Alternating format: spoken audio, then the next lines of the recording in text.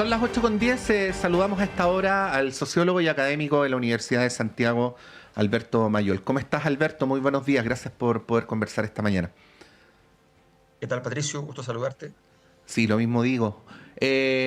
Alberto, ¿cómo estás viendo en este momento la evolución? Te voy a mencionar de las tres candidaturas que aparecen primero en las encuestas, ¿no? Jara, Kast y Matei. Bueno, hay un escenario bastante más consolidado que hace 2 meses.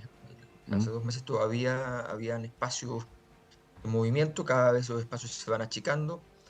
De momento, Janet Jara va a obtener en primera vuelta, todo indica, un porcentaje muy cercano a lo que sería el 38% del apruebo para el proceso constituyente, el primero, digamos, de la convención. Eh, Ese sería su base y probablemente sería sus primeros datos al respecto.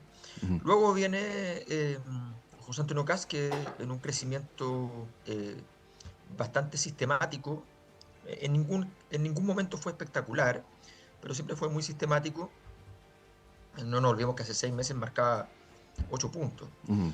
En este momento está marcando 29, muy lejos, prácticamente eh, casi el doble que Evelyn Matei, quien a su vez hace 6 meses le sacaba el triple, ¿no? Ujú. Entonces ha tenido un desarrollo muy consolidado y si uno lo analiza en términos de datos estructurales, em, se ve bastante sólido, se ve bastante fuerte, ha logrado capturar votos que antes le eran poco cercanos, si bien su corazón de voto está muy a la derecha, Ujú. él ha logrado ir a permear a lugares bastante más lejanos.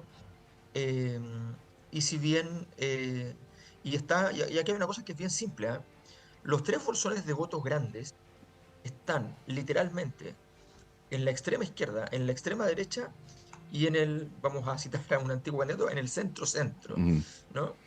Y esos tres bolsones, dos de ellos tienen posiciones muy claras. Uno es para Cast, el otro es para Janet Jara, y el del centro, ahí está la batalla. Ese es un paquete más grande que los otros dos, pero es un paquete que llega casi al 20%, y allí hoy día ese paquete está dividido básicamente en cuatro, ¿ya? Ujú. Más o menos, digamos, al final está dividido entre los cuatro primeros, Ujú. y con una participación importante de Franco Parisi. Ese es el lugar donde Franco Parisi ha logrado penetrar con cierta fuerza, no tanto como en nuestras encuestas respecto a lo que aparece en otras encuestas, pero aparece con un porcentaje importante en ese sector. Esos son los tres grandes paquetes y cuando uno mira eso, dice, bueno, se ve difícil que ese escenario vaya a cambiar. Hay muchas variables estructurales que nos dicen que la cosa está bastante consolidada y cualitativamente también hay mucha investigación y lo que vemos es lo mismo. Vemos un escenario, un escenario político donde mandan ciertos valores determinados y ciertas preocupaciones determinadas que calzan más con Kass que con el resto. Sí, tú sabes, Alberto, que se discute mucho sobre las encuestas, sobre su capacidad predictiva. Tú mismo has escrito en el pasado, aparte de la encuesta de la Cosa Nostra, ¿no? Has escrito artículos muy interesantes, por ejemplo, sobre las inconsistencias de la metodología de la encuesta académica, ¿no? Entonces, en ese contexto, por ejemplo, a propósito de las últimas mediciones, se ha señalado que la Cosa Nostra tiene diferencias con el común de las encuestadoras, por ejemplo, en la intención de voto de Janet Jara en primera vuelta, que ustedes la miden con un porcentaje mayor que otras encuestadoras. Sin embargo, números más, números menos, el escenario de segunda vuelta no dista tanto entre las distintas mediciones, ¿no? Bueno, ¿qué podrías decir sobre esto? ¿Cuán distinta, cuán parecida son las diferencias entre, por ejemplo, la encuesta que tú encabezas y otras que son permanentemente mencionadas por los medios de comunicación? Mira, hay un punto en el Mm. cual Mm. una diferencia metodológica puede significar alguna cosa, alguna diferencia relativamente importante. Pero la diferencia que nosotros estamos teniendo con otras encuestas es sideral. O sea, no Mm. hay metodología que explique eso. Por Hay ejemplo, distintas formas de hacer en las qué cosas. puntos? O sea, que de repente aparezca que José Antonio Caz y Jara están empatados o que Caz está por encima de Jara o está por debajo de un punto. Un absurdo total porque la izquierda, que tiene votación, nadie puede negarlo, tiene una candidatura en la práctica, porque Marco Enrique está marcando menos de 2 puntos, tiene una candidatura, concentra allí la votación, mientras tú por derecha, tienes 3 candidatos, más un candidato como Parisi que, sumando, restando, está, y al menos en términos de su discurso político, un discurso que es más afín a la derecha. Si tú miras ese escenario, tienes en primera vuelta, sumando a los 3 candidatos de la derecha, siempre entre 52 y 56%, se le agrega a Parisi un 60-62%. Entonces, tú me dices, a ver, ¿cómo va a ocurrir que si están los votos divididos en la derecha con candidaturas todas competitivas? Kaiser es un tipo que ha bajado mucho, pero resulta que tiene un porcentaje de votación súper importante y ha logrado defender posición frente a un Kast que va subiendo mucho. Eso es una habilidad, una Ujú, capacidad. ujú. Evelyn Matei viene a representar un grupo de votantes, no solo de derecha, en este momento ya tiene muchos votos de centro. De hecho, en este momento ella tiene los votos de Toa, así de simple, Ujú. ¿ya? Y entonces es una persona que tiene una votación importante. Bueno, todo eso, explíquenme cómo es posible, ¿ya?, que Kast vaya y en primera vuelta aparezca empatado con Janet Jara. Eso no tiene sentido, no hay, Ya. uno puede tener diferencias. Yo te puedo aceptar que de repente por muestra pueda ocurrir que tú tienes un tamaño grande en ciertas zonas en las cuales predomina Parisi, por ejemplo. Entonces, Ya. eso te puedo creer que pueden haber diferencias. En ningún momento, en todo caso, Parisi ha estado tercero, eso no es verdad. Entonces, pero supongamos que pero hay cosas que no pueden ser. Entonces, a mí la verdad es que ya el asunto me reniego de hacer un análisis metodológico de las diferencias porque ya estamos en otro espacio y me parece muy lamentable que estemos discutiendo este tipo de cosas porque es grave que el sistema de encuestas no te dé un mínimo de veracidad. Yo creo Pero ahí, que, Alberto, a mí me encanta cuando los entrevistados se hacen preguntas retóricas porque me sirven la pregunta siguiente, ¿no? Entonces, cuando tú dices, ¿cómo es posible? Bueno, pero ya he expuesto muy claramente tu punto. Entonces, ¿qué es lo que hay? ¿Hay estulticia técnica, metodológica? ¿Hay dolo? ¿Qué es lo que hay? hay veces que hay errores metodológicos. Por ejemplo, de repente preguntan quién le gustaría que fuera presidente. Esa pregunta no sirve. La Ya, pero gente tú puedes formular vota, esa no anda. pregunta porque no sabes formularla o porque quieres inducir una respuesta. Bueno, el resultado No, termina siendo el mismo, pero la motivación es diferente. claro, yo tengo la impresión de que ese tipo de preguntas, o sea, a ver, hay una cosa que no es falsa, ¿eh? Hay muchas encuestadoras en las cuales en sus equipos técnicos predominan personas que vienen de disciplinas en las cuales hacer encuestas no es algo habitual. O sea, gente que viene más bien de la ingeniería comercial, qué sé yo, que tienen una formación mucho más en la economía, mucho más. Entonces, claro, manejan muy bien las tablas, los datos, los distintos programas estadísticos. No significa que sepan manejar muy bien la dinámica del cuestionario, que requiere un. Ahora, estos son cosas de metodología 1, no estamos hablando de metodología 5, estamos hablando de cosas muy sencillas, ¿ya? Entonces, yo ahí tiendo a pensar en todo caso que en este tipo de cosas hay simplemente errores. También creo que hay errores cuando veía, por ejemplo, que habían las primarias y se medía a todos los candidatos como si hubiese ese fin de semana elección de todos, ¿ya? Eso no tiene sentido. Tú tienes que lograr ver quiénes van a votar en la primaria correspondiente y ver cómo llegas a eso. Nosotros lo hicimos, después hicimos un modelo proyectivo porque nosotros terminamos el terreno en una fecha y la encuesta venía, o sea, la elección venía en otra y nos haría 60% y así fue como ocurrió. Entonces, para Jara me refiero. Entonces, en el fondo, pero hay cosas que ya efectivamente ya pasan a ser más inexplicables. Yo no tengo cómo hacer una denuncia, esto son Sí. todas cosas privadas, Mm. nadie libera las bases de datos, no tenemos nada, pero en el fondo a mí me llama la atención de que se obtengan resultados como de este tipo o variaciones de semana en semana muy grandes. O sea, una semana sube 5 puntos Matei, rompe la bajada y después baja 3 puntos. Eso no ocurre, perdón, es que eso no ocurre. Ya, es que eso es de sentido común, Alberto, y hay una responsabilidad de los medios de comunicación también. O sea, no sé, decir como uno dice, como uno titula las noticias, ¿no? Jara sube 5 puntos o Kass baja 4 puntos. Efectivamente es imposible que algo así ocurra en una semana. O sea, la única posibilidad de que eso ocurra es que se le haga una pregunta muy superficial al encuestado o que la metodología sea tan laxa o la muestra sea tan laxa que efectivamente permite que de una semana a otra pero ese es un problema de la metodología, no es un problema de que la ciudadanía cambie de opinión con tanta facilidad. Entonces también hay como un Sí, sentido común sí. instalado, como una retroalimentación entre medios de comunicación que necesitan poner titulares para tener clics el domingo, encuestadoras, pero eso no mide Mm. cosas de mediano o largo plazo. No, yo creo que hay una responsabilidad, no tengo ninguna duda. En general, los medios se preocupan de hacer preguntas que quedaron instaladas desde hace muchos años respecto a la calidad de las muestras. Hoy día se trabaja con un tipo de muestra que no merece mucho análisis. Hay que ir a mirar los resultados de la precisión de las encuestas y ver los cuestionarios, porque eso es lo que más va a definir. Pero yo creo que tú tienes razón, ahí hay una exigencia que deberían tener los medios. O sea, cuando llega una persona a presentar su encuesta y si algo no te cuadra, tú dices, oye, pero explícame cómo, porque ¿qué pasó para que, o sea, qué pasó con Evelyn Matei, que subió 5 puntos en una semana, después de que venía, me explico, romper una curva que va bajando, ¿ya? Es muy raro, es muy difícil. Cuando lo lograste recomponer y pegaste un salto de 5 puntos, la siguiente semana vas a crecer de nuevo, ¿ya? Porque significa que rompiste la curva Claro. descendente y la convertiste en una curva ascendente. Entonces, si esto no funciona, no es como que hay terremotos todos los días. Sí, po. Entonces, O un campeonato de fútbol donde uno gana una semana y pierde la otra, ¿no? Es como, no, pues no funciona sí. así.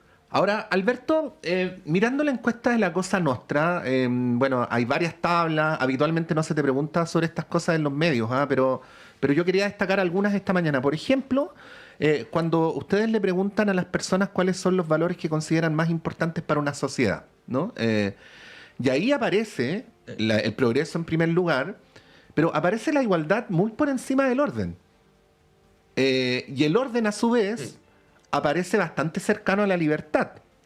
Si yo hiciera una interpretación así Sí, rápida de esta tabla, podría decir, por ejemplo, que no sería tan cierto que el progresismo y la izquierda han perdido la batalla cultural. ¿Cómo podrías traspasar esta tabla al escenario actual en dos términos? En términos de los sentidos comunes instalados y en términos de las orientaciones con las que se están moviendo las candidaturas. claro, lo que pasa, tú tienes razón, efectivamente la izquierda no es que haya perdido la batalla cultural, lo que pasa es que cuando tú acercas el tipo de problemática que supone la delincuencia a un escenario como el que está hoy día ocurriendo, el comportamiento de evolución hacia lo que se denominan valores postmateriales, Ujú. es decir, aquellos que están más alejados de las necesidades más básicas, ¿ya? Se retrotrae, porque la seguridad es una cosa básica. Entonces, cuando se retrotrae, tú entras en una fase en la cual dices, mire, no me hable de nada más, Ajá. pero no significa que tus valores hayan cambiado. O Entonces, sea, ¿qué yo es lo que puedo, yo pasa? puedo adherir Ahora, a la igualdad igualdad llegó a... y ser un convencido de que adhiero a la igualdad, pero frente a la amenaza de ser víctima de la delincuencia, lo postergo, ¿no? Esa es como la idea. Exacto, exactamente. Entonces tú tienes a ver, progreso es un valor que en este momento está con dominio de la derecha, pero tiene bastante gente de izquierda ahí, ¿ya? Si tú vas a igualdad, es todo de izquierda, históricamente orden es todo de derecha, ¿ya? Orden ha bajado mucho en un año, Ujú. o sea, la gente dejó de pensar que la búsqueda, probablemente puede ser sencillamente asumir que no va a haber un orden, o sencillamente asumir que la solución desde el orden no es la que más va a funcionar, ¿ya? Esto es bien interesante porque contradice todo lo que se asume cuando uno habla de delincuencia, crimen organizado, donde la supuesta solución es esa. Las personas en Chile están más preocupadas en realidad, o sea, quisieran que se manifestara el valor del progreso. El valor del progreso es más grande, es más ancho que solo la delincuencia. Entonces, una cosa son las prioridades del día a día y otra cosa son estos valores de proceso.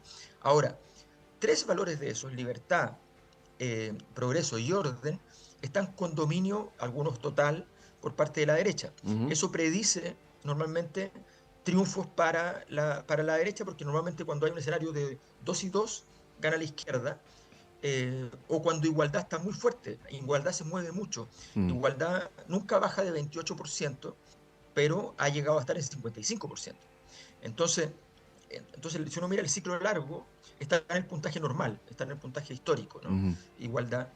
Y entonces estos valores nos van mostrando un escenario que efectivamente hoy día está más a la derecha, pero que, como tú bien dices, no significa que de fondo toda la gente haya cambiado por completo, que el país se volvió de derecha. Eso no es verdad. mm, El país está hoy día estructuralmente listo para votar por la derecha, eso es evidente, pero no significa que se hayan perdido todos los valores de la izquierda. ujú. Alberto, bueno, recordad que estamos conversando con Alberto Mayol. En dos entrevistas previas dijiste cosas que quedaron ahí como resonando, ¿ah? En una dijiste, así como se ve el análisis, el triunfo de la derecha parece inevitable, ¿no? Pero luego en otra entrevista, que fue la última que te hice, tú dijiste, eh, es probable o cabe alguna posibilidad que por el tipo de liderazgo o por los clivajes que pueda instalar el liderazgo de Janet Jara, aquello que dije previamente tuviera algún tipo de relativización. Bueno, habiendo transcurrido, creo yo, un poquito más de un mes desde la última vez que conversamos, ¿qué podrías decir sobre esas dos afirmaciones de Alberto Mayol, ¿no? Mm. Sí, sí, no, no, mira, yo creo que el escenario, cuando Janet Jara gana la primaria, se produce un escenario natural porque la derecha cometió el error de no ir a primarias. Entonces se generó un escenario en el cual ella fue un fenómeno durante 5 o 6 días, ¿no? Mm, Y ese fenómeno le permitió un avance muy, muy importante a tomar posición de todo el sector del oficialismo, lo básico del oficialismo, ¿sí? 30, 35, 38%, mm, ¿ya? Lo toma rápidamente, lo que le resuelve un problema inicial muy importante. Sin embargo, no se comprendió, a mi juicio, las dificultades estructurales de hacer candidaturas de aglomeración, de reunión, lo que le pasó ya a Matei. Lo que le está pasando a Jara es muy parecido a lo que le pasó a Matei, ¿ya? Matei tenía que aglutinar gente de un sector de la centroizquierda histórica con gente de la derecha, y se le complicó ese escenario y bajó muchísimo. En el caso de Janet Jara no va a bajar muchísimo porque ella tiene una base, pero el problema de ella es si no se logra expandir. Y entonces ella, al tratar de, de reunir y juntar, ha tenido problemas sistemáticos, y le ha pasado también que han aparecido liderazgos de su partido que no le han ayudado en este proceso. mm. Entonces, en esa articulación o en esa desarticulación, lo que se produce es que ella no está aprovechando el tiempo, y todo lo contrario, de ir avanzando a lo que ella necesita. Lo que quieres decir, Eh, Alberto, es que si te apoyan dos partidos que tienen muchas diferencias entre sí, y uno tiene 10 y el otro tiene 10 y esas diferencias terminan exponiendo públicamente la candidatura, entonces finalmente la suma no es 20. Eso es lo la que... suma no es 20, Mm, la suma no es 20, y peor que eso, además, cuando tú lograste reunir a todos, tienes 20, tienes un proyecto armado, vas para adelante y ya ahora vas por los 5 siguientes y por los 5 siguientes, empiezas a avanzar. mm, Entonces, cuando te empiezas a retroceder, te empiezas a quedar pegado en un espacio donde tu mejor oportunidad es empatar ese 20, mm, ¿no? Entonces, no sirve. Las campañas son campañas de expansión. Para eso se requiere musculación previa. Yo creo que hay una mala costumbre de todas las campañas en Chile. Son muy poco profesionales, ¿eh? Muy poco profesionales. O sea, no saben cuál es el escenario, no tienen encuestas propias, no tienen una estrategia propia. Salen, entonces dicen, oye, hay tantos debates, vamos, no vamos. Es como una decisión, como una conversación, hay algún nivel de análisis, pero vamos, no vamos, vamos. ¿Cómo vas a ir a debate si todavía no tienes hecho lo que te sirve para ver el debate, no tienes estudiado al rival? O sea, esto no funciona así, mm. pero la cosa de estar, no, es que hay que salir a exponerse, hay que salir a hacer cosas. No, no funciona así. Desgraciadamente eso es una muy mala idea. Ujú. Bueno, vamos a seguir auscultando esto en las semanas y meses que vienen. Alberto Mayol, como siempre, muchas gracias por esta conversación. Muchas gracias, Patricio, que estés muy bien. Gracias, Alberto. Bueno, ahí estaban las apreciaciones de Alberto Mayol sobre la elección. Hay que recordar que Alberto, además de ser un analista reconocido, dirige una encuesta que ha mostrado solvencia, ¿no? Dentro del escenario difuso en el que estamos, pero en un tramo más largo ha mostrado una cierta solvencia en la predicción de resultados electorales. Bueno, respecto a lo numérico y a lo cualitativo, vamos a seguir conversando a la vuelta de la pausa con nuestro panel diario de conversación.